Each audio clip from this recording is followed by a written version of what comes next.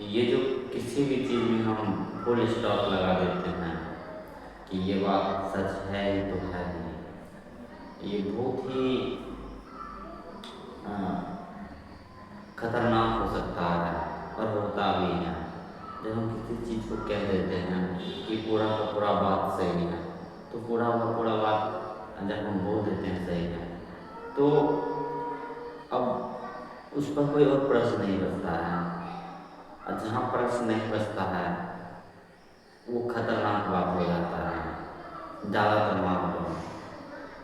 हम किसी चीज़ का भी धारणा जो बना लेते हैं कि ये आदमी सही है या गलत है, वो अच्छा है, ये तो सुंदर तो होता ही है, भगवान ऐसे हैं, भगवान ऐसे अवतार लेते हैं, फरिश्ता ऐसा होता है, स्वर्ग नरक तो होता ही है, जहन्नम जन्नत होता ही है। तो हम एक ऐसा समाज का निर्माण करते हैं जिसको बोल सकते हैं अंधा समाज कह सकते हैं। जब हम किसी चीज़ पर भी बस जो भी उत्तर आता है उसको हम कन्फर्म कर देते हैं यही उत्तर सही है, तो उसी समाज को अंधा अंधा समाज कहा ही जाना चाहिए। और जब हम आसपास की चीज़ में दोहराते हैं या आँख फेरते हैं तो नज़र आता है कि हमारे समाज में बहुत कुछ ऐसा चीज़ है, अलग बहुत बहुत बहुत बहुत ज़्यादा ऐसा काम है पड़ता है, उसमें नज़र आएगा कि हाँ ऐसा तो होता ही है, ऐसा तो करना ही होता है, मतलब कि उसके बाद कोई प्रश्न बचता ही नहीं, ऐसा उत्तर दे दिया जाता है। और भविष्य में आने वाली पीढ़ी और जो भी युवा हैं वो भी उनके परिवार के समाज के जो असर होता है कि बच्चा विज्ञान से भी रुचि कम रखता है और विज्ञान पढ़ने के बाद भी वो विज्ञान सही से नहीं समझ पाता है। कुछ चीज़ करने के बाद भी उसको प्रश्न नहीं उठाता क्यों ऐसा करना है। मान लीजिए कोई हम काम कर रहे हैं तो क्यों काम कर रहे हैं, यही काम क्यों कर रहे हैं। शादी पड़ता ऐसा ही क्यों है, दहेज पड़ता ऐसा ही क्यों है, लड़की लड़का घर क्यों जाता है, हम ऐसा प्रश्न करते हैं, बस हम कह देते हैं जाता तो है ही। कन्यादान माने क्या होता है, हम ऐसा प्रश्न ही नहीं करते हैं। हम ये भी नहीं प्रश्न करते हैं लड़की को बाल बड़ा क्यों रखना चाहिए, लड़के का काम क्यों छिदाना चाहिए, नाम क्यों छिदाना चाहिए। पर हम उत्तर पहले ही दे देते हैं, या तो कह देते हैं ऐसा करते आ रहा है इसलिए करना चाहिए, या कहते हैं हमारा संस्कृति है, हमारी संस्कृति है, हमारा धर्म है। हम ये सवाल नहीं करते हमारा संस्कृति ऐसे बना कब था, क्या ये हज़ारों साल पहले से आ रहा है या एक कालखंड में ये बदलते गया। क्योंकि अगर भारतीय संस्कृति देखें किसी चीज़ का भी संस्कृति देखें तो पाइएगा कि समय के साथ और जो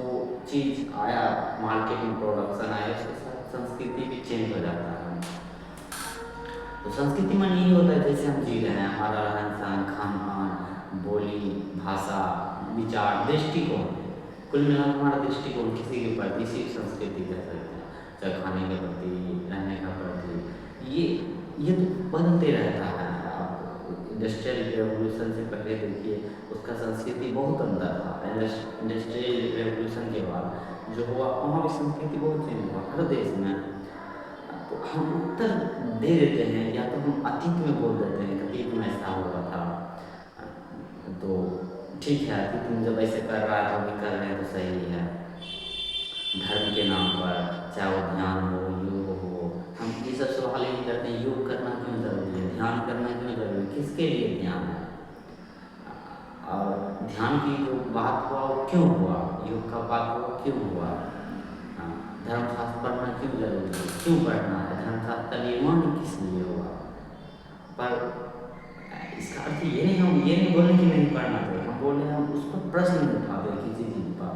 चाहे वो कोई शब्द हो, कोई भाषा हो, किसी चीज़ को अगर हम बोल देते हैं ये प्रूफ है, ये गोरा है इसलिए ज़्यादा सम्मान दो, प्रूफ है इसलिए गिरना दो, हम सवाल नहीं उठाते ये इसका इतिहास कब से हुआ,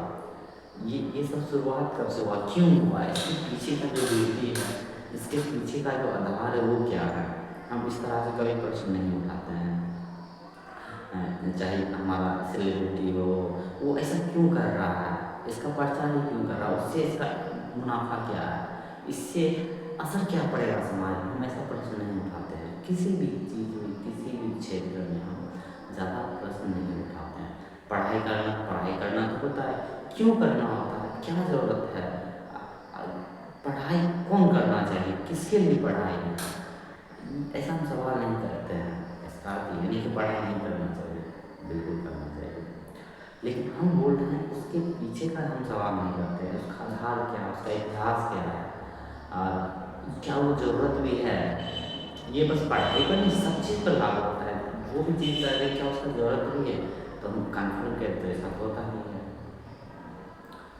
हम बच्चे पैदा करते हैं, सवाल ही नहीं पूछते क्या ज़रूरत भी है, और कभी नाम जोड़ते हैं समाज, और फिर कहते हैं समाज का दबाव। तो हम ये भी सवाल नहीं करते हैं समाज माने क्या, और समाज की जो परिभाषा है, समाज का आधार कब चेंज हुआ, समाज बनता है किससे, हम ऐसा कभी सवाल ही नहीं करते हैं। तो कुल मिलाकर बात आता है कि हम सवाल से हट के बस जवाब पर टिके रहते हैं। कुछ भी जवाब मिल जाए ठीक है भाई, जवाब सही है, उस पर हम सवाल नहीं करते हैं। हम किसी चीज़ को बोलते आकाश नीला, हम ये नहीं कहते क्यों नीला, नीला का परिभाषा किसने करा, कैसे पता ही नहीं। हालांकि ये थोड़ा अटपटा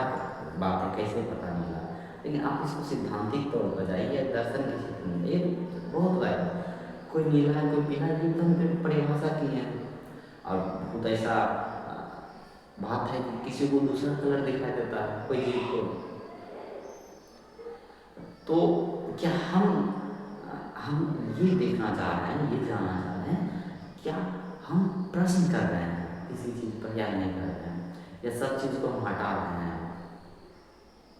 या किसी चीज़ को बढ़िया बोल रहे हैं तो क्यों बढ़िया बोल रहे हैं, बढ़िया का परिभाषा हमको कैसे पता, किसने सिखाया है बढ़िया का परिभाषा,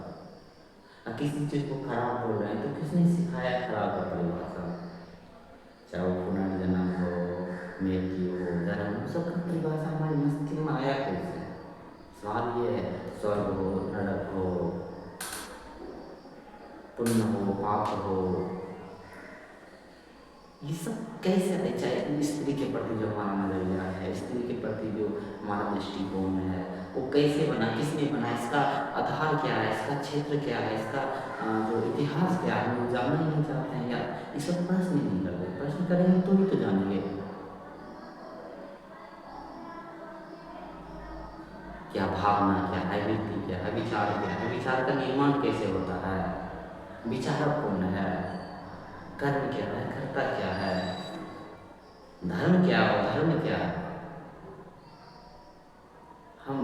इसको बोलते हैं ये सब ज्ञानी का बात है, हमको तो बस जीना है। तो भाई जब ये सब ज्ञानी की बात है तो क्यों बात करते हैं ये धार्मिक है, धर्म है, ये पुण्य है, पाप है, तो तुम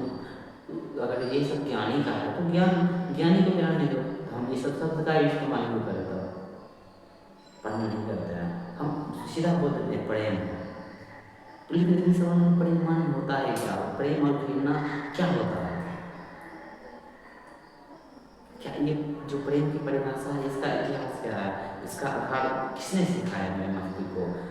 प्रेम की परिभाषा क्या, जो प्रेम की परिभाषा हमारे मस्तिष्क में पूरे समाज में तो नहीं फैला है, और उसी को प्रेम नहीं होने लगे, क्या प्रेम के नाम पर हम ढकोसला तो नहीं कर रहे हैं। पर हम ऐसा सवाल नहीं करते हैं किसी भी क्षेत्र में, कर्म के नाम पर हो या धर्म के नाम पर, हम सब सवाल नहीं, धर्म का परिभाषा कहाँ से है, और किसके लिए धर्म है, क्यों धर्म है, और ये जो क्या धर्म के नाम पर ढकोसला तो नहीं हो रहा। पर हम